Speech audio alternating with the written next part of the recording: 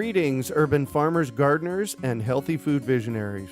Farmer Greg here, and welcome to the 387th episode of the Urban Farm Podcast, where every day we work together to educate and inspire you to become part of your food revolution. Do you want to save money at the grocery store, eat more organic, whole foods, cultivate food security, and feel more connected to the earth? If so, then growing your own food is a no-brainer. You wouldn't believe how many people come to me claiming that they can't grow their own food. They think they don't have enough space, that they're too busy, or that they simply don't have what it takes. Perhaps you've fallen for one of these gardening myths. If you think you can't grow food, or if you think the only food that you have access to is what you buy in the grocery store, I have a life-changing webinar that you need to see. It's free and will help you unearth your inner gardener. I've helped thousands of people just like you learn to grow their own food, and I'm speaking from my own experience when I say that with the right knowledge in place, there is no such thing as a black thumb. With this webinar, you can begin making your garden dreams come true and start growing delicious, nutritious food for your family. Just text GARDEN to 44222 or go to iwanttogarden.com and you will receive our free webinar about the 7 key factors you need to know to grow your own food. Remember, that's GARDEN to 44222 or iwanttogarden.com. Today on our podcast, we have someone who is empowering the community by growing food together. We're talking with Daniel Oladokun-Dybowski about building a community garden. Daniel is an urban gardener with big hopes of solving major world problems by focusing on his local community. He is an anthropologist and social worker aiming to lift marginalized people up and establish a source of free, healthy food alternatives through the community garden being built in Casa Grande, Arizona. Daniel seeks to effectively empower disenfranchised and marginalized people in the community by teaching those who come to the garden to grow their own food and use resources around them. He wants to help a target population of children from broken homes, homeless, those suffering from serious mental illness, post-traumatic stress, and the public. Welcome to the show today, Daniel. Are you ready to rock the community garden? Yes, I am. Excellent. So I shared a bit about you. Can you fill in the blanks for us and share more about the path you took to get where you're at today? Absolutely. I'd be happy to. Thank you for having me on the show. It's a wonderful show, and a lot of people benefit from it. So my particular path towards starting a community garden began long ago when my father first planted that seed in my mind to beginning to have a green thumb in Michigan. And he recently passed of pancreatic cancer because of his years of exposure to lead-based paints in the paint industry.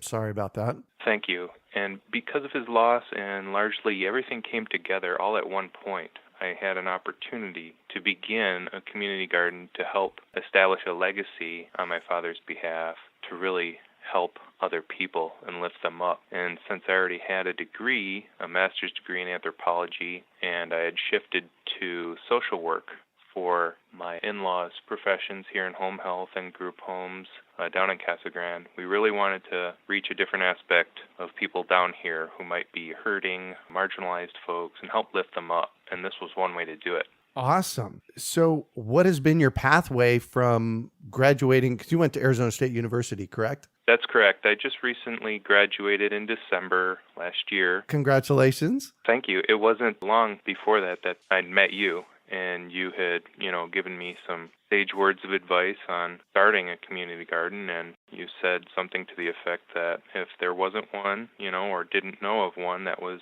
operating, then I must be the one to start it. And along with it comes all the successes and all of the failures. So I'm ready to take on that challenge because the positives outweigh the negatives.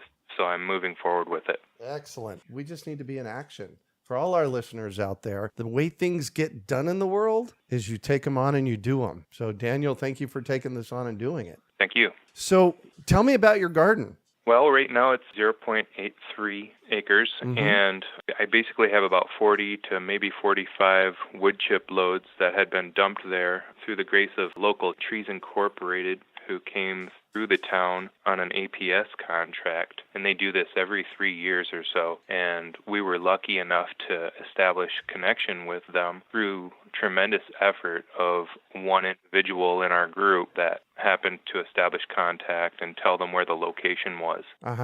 So that's part of the process. I'm helping to empower other folks in our community by establishing my own Facebook group, the Casa Grande Garden Group, and that is a means that I use to organize folks in the local community and really get everybody together and talk about the community garden there.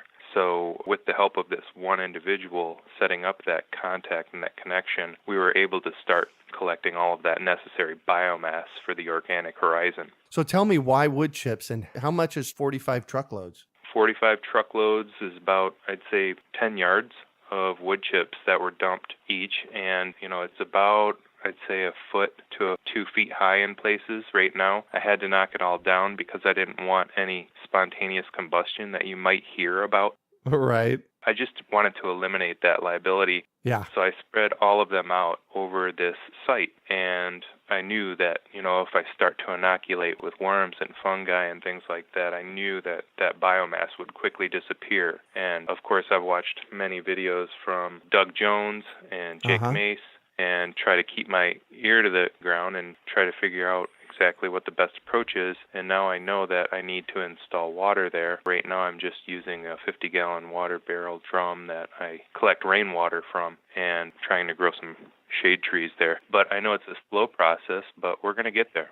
Cool. The big bonus, especially in the desert, by adding lots of organic woody mulch, is that it creates an insulation from the heat. It acts as a sponge, and at the interface between the woody mulch and the dirt, it makes this amazing soil. Have you found that that's been happening? Yes, I have done that in my own backyard, so I knew that if I can do it in my backyard, then I can clearly do it elsewhere. And that's part of the educational aspect that I want to turn this plot of land into. First, I'd like to get an awe-inspiring effect on people's faces when they come by and see it, that it can be done in the Sonoran Desert. And second, I want to be able to give away fruit trees and give away seeds and propagate cuttings and give all them away and give away wood chips and just make people happy as they come and then leave with something. So that's the real concerted effort behind the community garden, is to really truly make it a communal place where people can come and take freely. Yeah. Have you happened to have read a book called Ishmael by Daniel Quinn? People have told me to read it before, but I haven't had a chance to get around to doing it. It is a fantastic book, and he traces back our culture back 10,000 years to when food got locked up. That's what he calls it, because food grows everywhere. I had something happen in 1991. A friend of mine went to the South Pacific on a sailboat, and they anchored at an island looking for a grocery store, and the people looked at him and said, well, go pick your own. That happened for me in 1991, and it really planted a seed that has lasted, almost 30 years of, well, food just grows everywhere. And by locking it up, which is what we do in the corporate food system, by locking it up, we're taking people's health away, essentially. So you're really speaking heavily to creating a place where food just grows and you can share it. Tell me about that. Absolutely. Since I've been dabbling in rooting my own cuttings for plants and propagating them and air layering, doing marcottings, I've basically learned how to graft myself just by watching and paying attention to places like Jake Mace's Urban Garden Forum. Yep. And watching others be successful at it. So I decided that I should not hold on to this knowledge. I have to create a place where even locals can come here to gather and propagate the knowledge too, and let other people know that, hey, they can unlock that access to healthy food, and it can be given away freely, I think. Yeah. This given away freely. Here's another take on it. I have gotten very clear over the past 30 years of my life that the only place that this notion of lack lives, there's not enough, is between our ears. Because when I look at the productivity of my garden and what happens out there, it just blows me away. Have you found that? Absolutely. From Michigan to here. I have a garden in Michigan too where I'm successfully growing pawpaw trees and apple trees. Yeah. I have a experienced this all my life, that neighbors are kind to neighbors. And when we have surplus amounts of food, we tend to give our produce to neighbors. So I thought to myself, well, how is it that I can harness that energy in one place and just have people do that naturally? And I found out that tremendously successful. In about 3 months, I think we've been in operations. Wow. So how's the community taken on to this? Everybody loves it. The alleyway that it exists on right now, there's people who leave trash bags of cut grass in the back or even palm fronds. Uh-huh. Some people might shy away from using palm fronds. I see them as very beneficial for creating shade structures and use them for a lot of rain repellent for shade structures. There's multiple ways to use many things. You know, people ask me about that all the time, about palm fronds, about oleanders. And, you know, the palm fronds are great for shade, but any of this stuff that's chipped, it's all organic matter. It's going to break down into healthy soil eventually. Yes, that's absolutely true. And the only thing that I've heard people shy away from are cedar chips, but everything else is pretty much good. Oh, yeah. Cedar chips. The reason being is they've got antimicrobial built into it. You know, it kind of kills bugs and that kind of stuff. So what stage is the community garden in right now? I started the Casa Grande Garden Facebook group in February. We began the community garden in March. Wow. Yeah, I know. With the APS contracted crew that came through in the springtime, they literally dropped all of their loads up until, I'd say, about mid-May. Uh-huh. And then they ceased, and we're just waiting for the wood chips to naturally break down, which takes about a year. And of course, the monsoon rains that have been coming through have been a blessing, so that's helping speed up the activity that's happening underneath. I really need to start to bring in more inoculants and hope that some of the worms and fungi that I am bringing in to inoculate the site, I hope that they start to take. And it will, because I've seen it happen in a couple other places I've done. Oh, yeah, it absolutely will. In fact, it's so interesting for me. When you add organic matter, what I have found over and over and over again happens is that the worms just show up. It's like you can have a plain piece of dirt and you throw in compost and leaves and all that kind of stuff, and the worms just show up. It's magical how it happens. Yes, that is absolutely the case, too. With a connection that I have, a man out of Arizona City, he has access to alfalfa manure, and that has certainly happened with his 4-foot-high cinder block perimeter raised bed boxes, and that's definitely happened with his case, and he grows excellent produce there. Cool. So any problems that you've had to solve so far in creating this community garden? Well, I realize that it's going to take time. Just the initial hiccup is establishing a water supply line, and we've been quoted a pretty hefty sum from Arizona. Uh-huh. And I think it's a $3,500 fee to start, not to mention the $795 fee for service. So it's pretty hefty, but I'm hoping that I can draw a lot from the community of participants that believe in this idea of potentially creating a source for free food. It's working so far. So we've raised some $420 up to this point, and I'm very, very pleased with that. So we're blessed. Cool. So what do you see the future of your community garden being? Well, as of right now, we just have to allow time to take place and let the wood chips break down and decompose as they naturally would. But we really do need to establish a water line that's metered to the site. Mm-hmm. It's a vacant plot of land, so it's going to be a brand new, fresh metered water line, and that's pretty costly, and we currently have a GoFundMe account set up for that. But once the water is introduced, then we'll probably go there and water it regularly and really speed up that decomposition process. Yeah. That way, we can create beautiful soil for many more fruit trees. Yeah. Water meters and water lines coming in can be expensive. What do they want, about $3,000-$4,000 for that? Yeah, it'll be $3,500 plus $795 for the fee. So right now, we just have a 50-gallon drum on site that I siphon water out of, and I've been asking members to bring a gallon of water to refill it, and that's been really, really helpful. Oh, nice. Right now, we're able to sustain a couple of black mulberry trees there, and one moringa and Arizona sweet orange and a Lisbon lemon. Wow, good for you. Have you thought about approaching the Casa Grande City Council and telling them what you're doing and asking them for a waiver on that $3,500? They can do that. Yes, somebody else had mentioned that too before, and it is in the plans to try to hit the next city planning meeting, but sometimes you have to schedule far in advance for that kind of stuff. I am not by any means discouraged by the process. There's also the fact that I would like to finish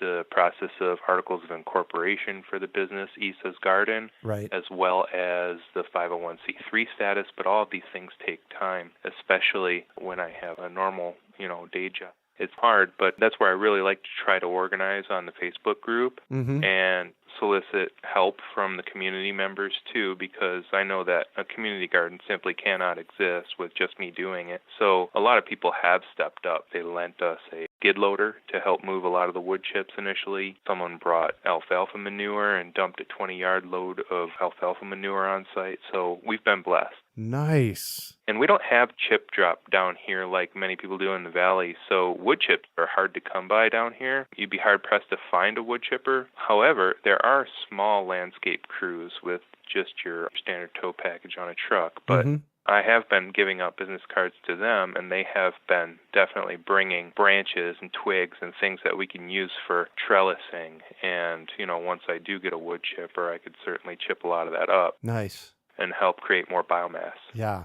Well, and there's also this concept called hugel culture. Have you ever heard of it? Yes, I have. As a matter of fact, I do have a lot of logs separated because once we do get a lot of biomass, I like to comb through it and pick everything out, and then I organize it all in piles on the site so that if we have plastic bottles, I'll take all those out and I'll actually cut them in half because they're excellent greenhouses for starting a lot of plants. Oh, yeah. There's a lot of things that I use. I use the palm fronds like I had mentioned before, so I'll organize those. And a lot of the linear twigs and branches, those have all their own piles. So I'm using a lot of those for, above ground trellises, for living shade structures, things like that for vines. Wow, you're getting really creative with this. Yeah, I want people to come there and be awe-inspired, so it's going to be like a Pinterest novelty that they'll be able to see, and then get a lot of ideas from. Yeah, exactly. I call my urban farm here in Central Phoenix an environmental showcase home where I do all kinds of things like that, and then I open it for tours for people to come and see. So they get ideas. So I love that you're adding that sparkle to it as well. Yeah, I noticed it's pretty prolific throughout the valley, but it just didn't seem to be, in existence down here in Casa Grande. But I could be wrong. I've only been living here for almost 10 years, so I just haven't seen it. But I really wanted to create that environment. You do see it, too, now, because a lot of people are catching wind of creating community gardens. Yep. I'm even offering help, and I want to give them free wood chips whenever I can get the biomass broke down. Yeah, perfect. So you said you were running a GoFundMe. How can people find out about the GoFundMe? I advertise it quite often on our Facebook group, Casa Grande Garden Group. So if you simply request membership to that, then you'll be able to see quite regularly posted there. Excellent. So I'm going to shift on you, and I'd like for you to talk about a time you failed, how you overcame that failure, and what you learned from it. But before you get started on that, in our pre-conversation, you had a little bit of a reaction to this question. And what you told me was you said you don't really see failures as failures. And I just want to do a shout out to everybody. Really, a failure is a learning experience. When I ask this question, it's like, what kind of awesome learning experiences have you had? That's right, Greg. Failures are just simply challenges, and they're a part of a maturation process that we all have. I think that many of the failures came from trying to grow fruit trees without a microclimate in my backyard. Once I really learned about the moringa and Pakistani mulberries and even my bare root hood pear, which seems to take full brunt sun. Wow. I've really learned to establish the microclimate and really respect it. And these are things that Jake Mason in his videos, these are definitely one of the first things you want to think about establishing because of the sun. Right. So really what you're talking about is growing shade. Yeah, definitely. And you need to create a filtered light effect out here in the Sonoran Desert in order to protect a lot of the understory, which can be simply fried if you don't. Yeah. So what do you consider your biggest success? I think my ability to organize as a social worker and really focus on anthropology and empowering people and lifting people up has been my biggest success. I really want to try to reach out and help as many people as possible. And I think that doing what you've been doing for some 30 years now is just reaching out and teaching people the benefits of growing your own homegrown organics and how that might lead to things like reducing diabetes or reducing high blood pressure or maybe even staving off cancer. Mm-hmm. There's a lot of research that is going into plants and plant byproducts that I think we really need to pay attention to, and changing our lifestyles to consume many of these other healthy organic foods that you yourself are growing is very, very enriching and empowering too. Yeah. One of the things I love about what you're up to, you're not in this for the short run. This is a long-term project for you, and you're starting with a 55-gallon barrel of water. That is epic. I just want to throw that out to you. Good for you. This is how we create change in the world. Thank you for doing that. Thank you for mentioning that, because it really stimulated my memory, reminded me to talk about that, because, it's just a 50-gallon drum, but, it's just a challenge. If there's no water to my site right now, well, it's just a problem, and we'll overcome it. Yeah. We as a community can come together to solve many problems. We just have to ignore what our political penchant is and just come together, because I think gardening has a curious way of transcending politics, and you're just there to try to figure out how to sustain your own self and your own family. And eat well. Help each other out. Yeah. So what drives you? My curiosity to really help other people, regardless of where they exist on the planet, to seek better ways for us to eliminate cancer, to eliminate diabetes, to eliminate world hunger. These all are just problems, and they can be solved, but I don't think it's wrapped up in a pill. I think it's something from the social. So if we start these small-scale experiments locally, I do believe we can finally get to globally one day, so long as we continue this process of planting a seed in somebody else's mind, that you can eliminate these things at least in yourself and in your own family by just talking about it and doing it. Not to be cliche, but just do it. Absolutely. So if you could recommend one book for our listeners, what would it be and why? There's actually a couple books. One's an anthropology book. It's changed my life. The Logic of Practice by Pierre Bourdieu. And that's basically the theory that I use as practice theory to approach everything that I do from an anthropological perspective. It's very useful for me in my career, and I use it on a daily basis. The garden book that I like is Michigan Garden Guide by Jerry Minich, and that's a University of Michigan Press book. Mm-hmm. And in it, even though you might not think that it's appropriate for Arizona, it actually is, because he breaks down the whole discussion about creating a biomass. It talks things about compost, mulching, sheet composting. All of these things are spelled out rather clearly in his book. So I think that even an Arizona gardener would find the Michigan Gardening Guide as a useful read. Oh, yeah. I'm sitting here thinking about all of the things that you mentioned about being in the book. And it's like, we use all that stuff here. Absolutely. I also participate in the Michigan Garden Connection on the Facebook groups. So, I'm all over, and I try to learn a variety of perspectives. And that's another aspect of anthropology I like to try to introduce, is try to understand a whole gamut of ideas and where people are coming from and what the discourse is that they're talking about. And I've been finding out that many people have the same problems. Excellent. So what one final piece of advice do you have for our listeners? Well, just stay true to your goals. If you are committed at doing something, then there's nothing in the world that can stop you. The only person that can ever stop you is yourself. That's what I would suggest, is that if you're really committed about something, and even though eliminating cancer is something that I speak about, it's a daunting task. Of course it is. But I think if, you really focus on it, you could really, really be empowered to create change, at least in your local community. And who knows where it will go in the future. I think we should start that process. Beautiful. Well, thank you so much for joining us on the show today, Daniel. Thank you very much, Greg, for the opportunity. Absolutely. So how can our listeners get a hold of you? Well, if they're on Facebook, they could simply sign on to the Casa Grande Garden Group and request membership. And there is an alternate way. You could simply email Isa's Community Garden, and that is ISAS Community Garden @gmail.com. Perfect. And you can also find information about your fundraiser if you want to help them get their water connected at their Facebook page. That's right. I really appreciate it. You bet. You can also find show notes from today's podcast at urbanfarm.org/Casa Grande. We are your urban farming resource. You can find our podcast on iTunes, Google Play, Stitcher, and iHeartRadio. Also visit urbanfarm.org to find articles, podcasts, webinars, courses, and more. Well, that's it for today. Thanks for joining us on the Urban Farm Podcast. Claiming your inner urban farmer is easy. Grow food, share it, and name your farm. Then let the world know you're an urban farmer while supporting our podcast. Pick up your Urban Farmer bling, hats, and t-shirts at imanurbanfarmer.com. We hope you enjoyed today's episode of the Urban Farm Podcast. Remember to listen for tips, advice, and resources to help you on your journey with urban farming. You can find us on the web at urbanfarm.org or send us an email to podcast@urbanfarm.org. In the words of Vincent van Gogh, great things are done by a series of small things brought together.